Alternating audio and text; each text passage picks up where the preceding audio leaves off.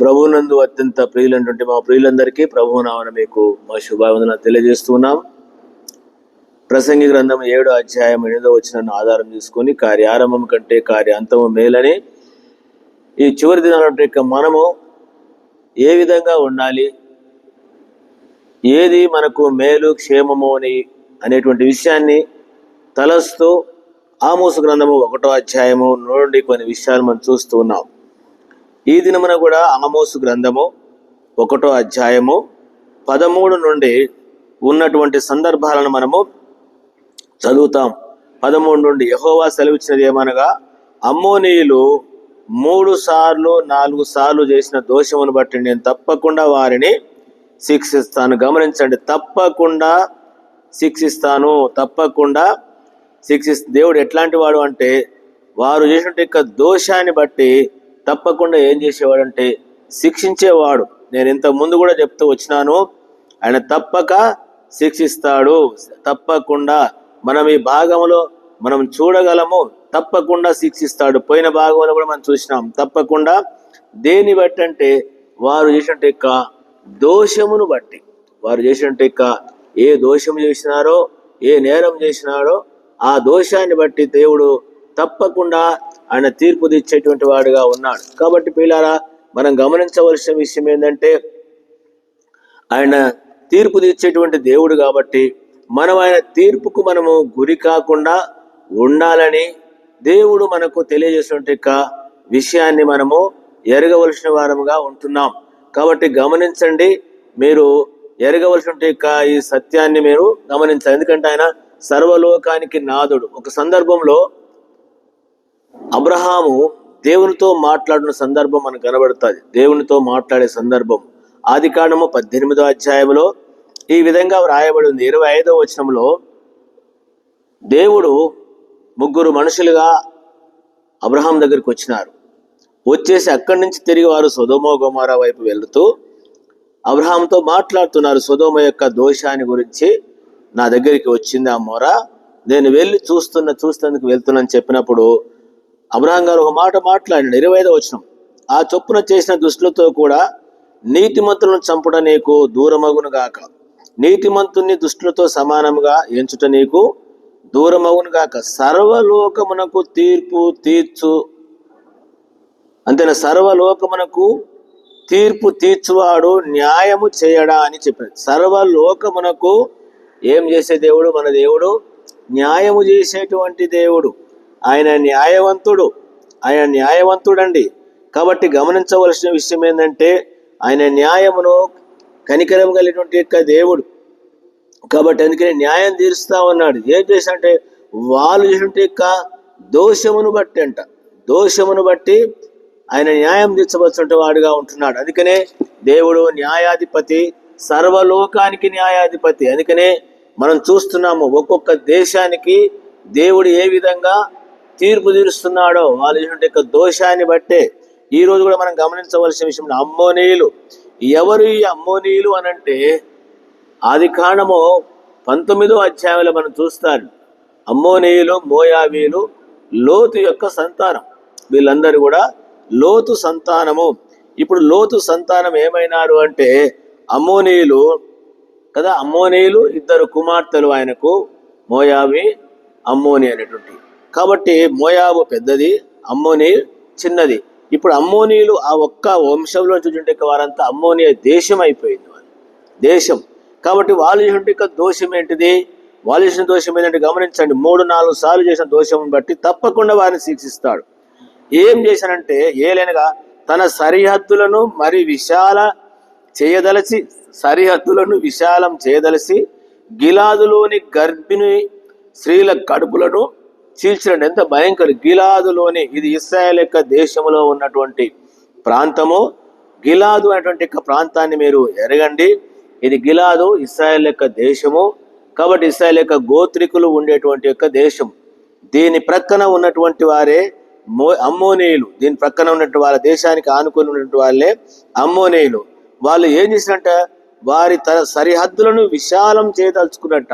వాళ్ళకున్నటువంటి స్థలాన్ని ఇంకా విశాలం చేసుకోవడానికి కొరకు గిలాదు గిలాదు వారిని, గిలాదు అంటే ఇశ్రాయేలులే. నేను ఇప్పుడు ఈ విషయాలను మేము వివరించడం కష్టమవుతుంది. అందుకొరకు నేను గిలాదు వారిని చేసినట్ట. ఎంత భయంకరులు వీళ్ళు, ఎంత భయంకరం చేసిన చూడండి. ఏం చేశారంట, గిలాదులోని గర్భిణీ స్త్రీలను కడుపులను చీల్చారంట. గర్భిణీ స్త్రీలను. దయచేసి ప్రియులారా జ్ఞాపకం పెట్టుకోండి, ఇది రాజుల గ్రంథములో ఆజాయేలు గురించి విషయాలు రాయబడ్డాయి. అంతేకాదు అమ్మోనీల యొక్క దోషాన్ని గురించి చాలా విషయాలు రాయబడ్డాయి. వాళ్ళు గర్భిణీ స్త్రీలను, ఇశ్రాయేల్ యొక్క ప్రజలను యొక్క గర్భిణీ స్త్రీలను ఎవరు చేసింది ఇది అనంటే ఆజాయేలు యొక్క రాజు కాలంలో గర్భిణీ స్త్రీలను కూడా. ఎందుకంటే ఎలీషా అంటాడు ఆజాయేలు గురించి విషయంలో గర్భిణీ స్త్రీలను ఎట్లా చేసినారు వాళ్ళంతా భయంకరంగా. అందుకొరకనే ఈ రోజుల్లో కూడా వీళ్ళు కూడా గర్భిణీ స్త్రీలను చీల్చినారంట. చూడండి, గర్భిణీ స్త్రీలను తీసినాడు. నేను ఒక మాట చదువుతున్నాను, 2వ రాజుల గ్రంథము. ఇది మీరు బాగా తర్వాత తలంచండి. 2వ రాజుల గ్రంథము 8వ అధ్యాయంలో 7వ వచనం. ఎలీషా దమస్కునకు వచ్చెను. ఆ కాలంలో సిరియా రాజైన బెన్హదదు రోగి అయ్యుండి దైవజనుడైన అతడు ఇక్కడికి వచ్చి ఉన్నాడని తెలుసుకొని ఆజాయేలుని పిలిచి, నీవు ఒక కానుకను చేత పట్టుకొని దైవజనుడైన అతన్ని ఎదుర్కొనబోయి, ఈ రోగం పోయి నేను బాగుపడుదునా లేదా అని అతని ద్వారా యెహోవా యొద్ద విచారణ చేయమని ఆజ్ఞాపించను. ఎవరు? ఈ హదదనటిక సిరియా రాజు.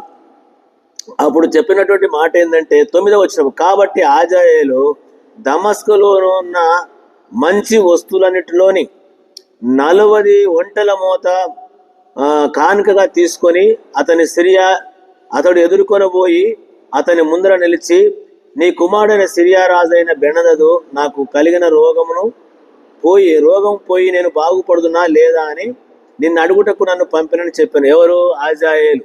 ఆజాయేలు ఏం తీసుకొని పోయాడంట? ఒక దైవజనుడి కాడికి ఏం తీసుకొని పోతున్నారు? ఈ దినాలలో దైవజనుల గురించి విలువ లేకుండా పోయింది మన సంఘాలలో. దేవుని సేవకులంటే వాళ్ళు ఏదో గేట్ కీపర్లు అనుకుంటున్నారు, వాళ్ళు ఏదో మనం చెప్పింది చేస్తారు అనుకుంటున్నారు.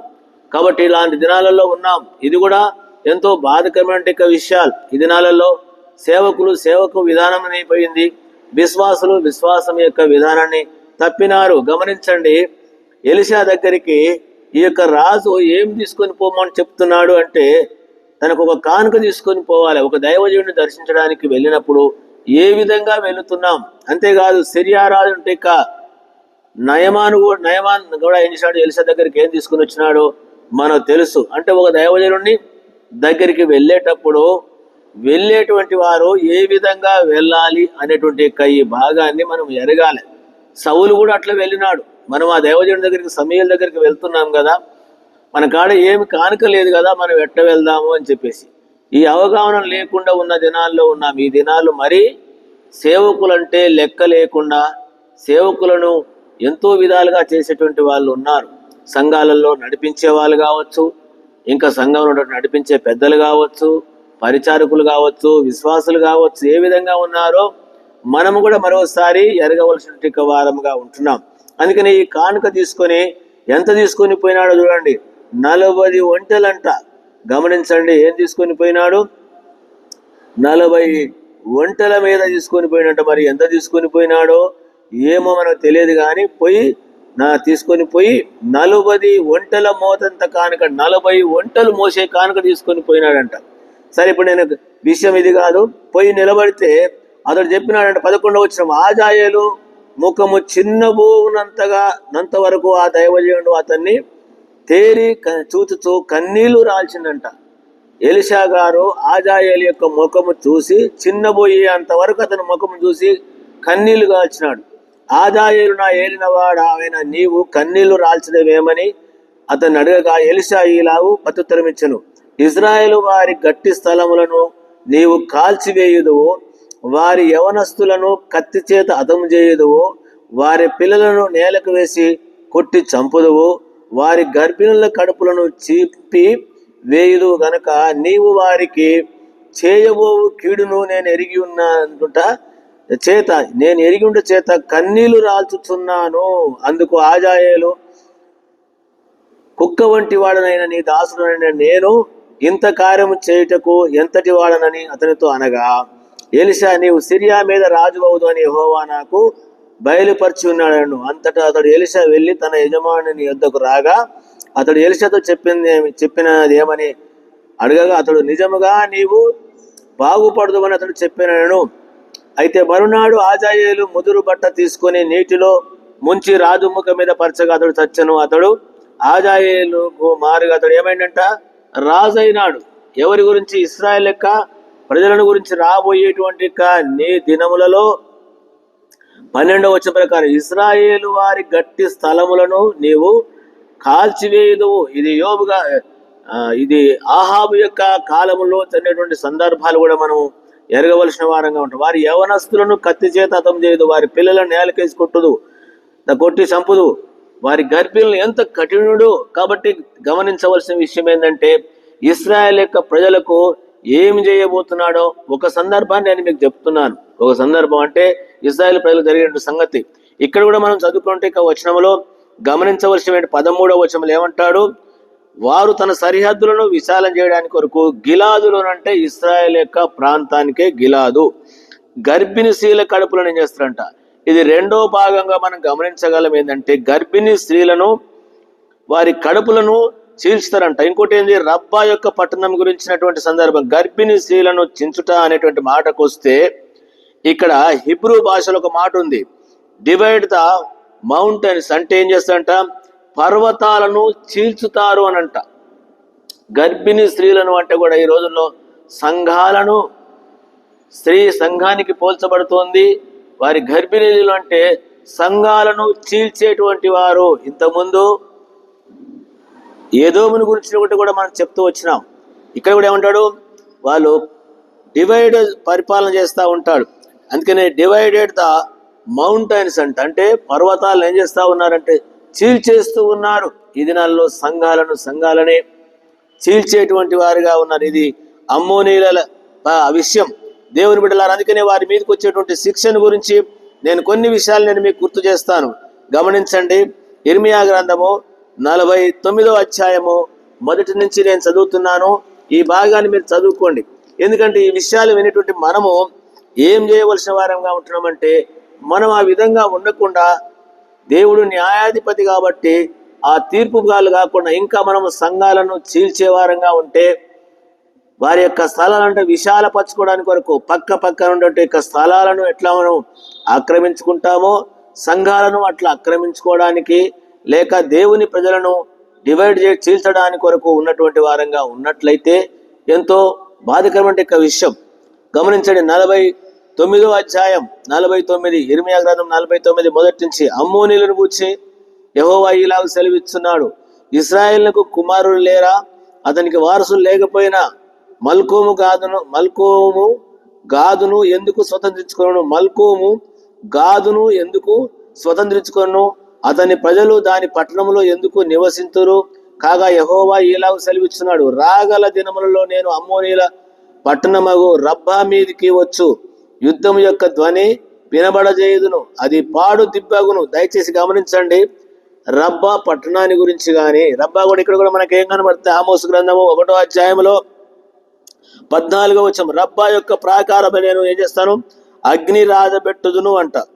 రణకేకలు సుడిగాలి వచ్చినట్లు కలుగు ప్రళయము వలె అది దాని నగరాల మీదకి వచ్చి వాటిని దహింపజేయును, వారి రాజును అతని అధిపతులను అందరూ చెరలోనికి కొనిపోబడుదురని యెహోవా సెలవిచ్చు. చాలా సందర్భాలు ఉన్నాయండి. ఇప్పుడు ఇవన్నీ నేను మీకు గుర్తు చేయలేను, చదవలేము. కాబట్టి ఏది ఏమైనా దయచేసి 49 ఇర్మియా గ్రంథం సెలవిచ్చిన రీతిగా అమ్మోనీయుల మీదకి వచ్చేటువంటి శిక్ష, రబ్బా పట్టణం మీదకి వచ్చే శిక్ష. అందుకొరకనే 9వ వచనంలో 49:9 అంటాడు, యెష్బోను అంగలార్చుము, హాయి పాడగును, మల్కోము అతని యాజకులు అతని అధిపతులు చెరలోనికి పోవుచున్నారు, రబ్బా నివాసులారా కేకలు వేయుడి, గోనె పట్ట కట్టుకునుడి, మీరు అంగలార్చి కంచెల్లో ఇటు అటు తిరుగు, అంగలార్చి అంట. విశ్వాసఘాతకులారా, నా యుద్ధకు ఎవడు రాలేడని నీ ధనము ఆశ్రయంగా చేసుకున్నావా, నీ లోయలో జలములు ప్రవహించుచున్నవని నీ వేళ నీ లోయను గూర్చి అతిశయపడుచున్నావు. ఇదంతా కూడా వారి మీదకి వచ్చే శిక్ష. కాబట్టి దేవుని బిడ్డలుగా ఇలాంటి శిక్షలో అమ్మోనీయుల్లాగా మనం కూడా సంఘాలను చీల్చేవారముగా, గర్భిణులను చీల్చేవారముగా, లేక వారిని హాని చేసేవారముగా, ఈ చదువుకుంటే ఆమోసు గ్రంథము 1వ అధ్యాయము 13 నుంచి మనం చదువుకుంటే ఈ విధానంగా ఉంటే సరిహద్దులను విశాలపరచుకోవడానికి, ఇతరుల యొక్క విషయంలో ఆక్రమించుకోవడానికి ఇట్లాంటి వారంగా ఉండి దేవుని ప్రజలకు నష్టం కలిగించేటువంటి వారంగా మనం ఉన్నట్లయితే గొప్ప శిక్ష. ఆయన న్యాయవంతుడండి, ఎవరిని విడిచిపెట్టాడు. కాబట్టి అంతేకాదు ఆయన వేవేలకు కృప చూపేటువంటి దేవుడు. ఎటువంటి వ్యక్తి అయినా ప్రభు దగ్గరికి వచ్చేసి ఆయన గనుక క్షమాపణ అడిగితే దేవుడు కనికరించి మనం చూస్తూ వచ్చినాము. యోవేలు గ్రంథంలో ఆయా గ్రంథాలలో అట్లా వారు శిక్షించినాడు, లేక వారికి తెలియజేసినప్పుడు వారు వినగానే వారిని కనికరించినాడు. మన దేవుడు దయగలిగినటువంటి దేవుడు. కాబట్టి అలాంటి శిక్షకు తీర్పుకు గురి కాకుండా దేవుడు సమయం ఇచ్చినప్పుడే మనం సరి చేసుకొని ఆయన బిడ్డలంగా జీవిస్తే మనకు మేలు, మన కుటుంబాలకు, మన సంఘాలకు, మన జీవితానికి మేలు ఉంటుంది, దేవునికి మహిమ ఉంటుంది. ఆయన దాసుల ద్వారా దేవుడు తెలియజేసినప్పుడు వినకపోతే ఆయన సర్వలోకానికి న్యాయాధిపతి. కాబట్టి గమనించి అమ్మోనీయుల యొక్క విషయంలో మనం విన్నట్లుగా వారు శిక్షకు పాత్రులైనట్టుగా మనం కాకుండా ఉండడానికి తెలియపరచబడిన విషయాన్ని ఎరిగి మనం ప్రభు కొరకు నమ్మకంగా జీవించే వారంగా ఉందాం. ఆ విధంగా ప్రభు మనకు సహాయపడును గాక. ప్రియమైన తండ్రి, బాగానే దీవించండి, కృప చూపి సహాయపడమని యేసునామమున ప్రార్థన చేసుకుంటున్నాను తండ్రి, ఆమేన్. తండ్రి దేవుని యొక్క ప్రేమ, మన ప్రభువైన యేసుక్రీస్తు కృప, పరిశుద్ధాత్మ సహవాసం మనందరికి తోడై ఉండును గాక. ఆమేన్. ఆమేన్. ప్రైజ్ ది లార్డ్ అండి. మీ అందరికీ వందనాలు.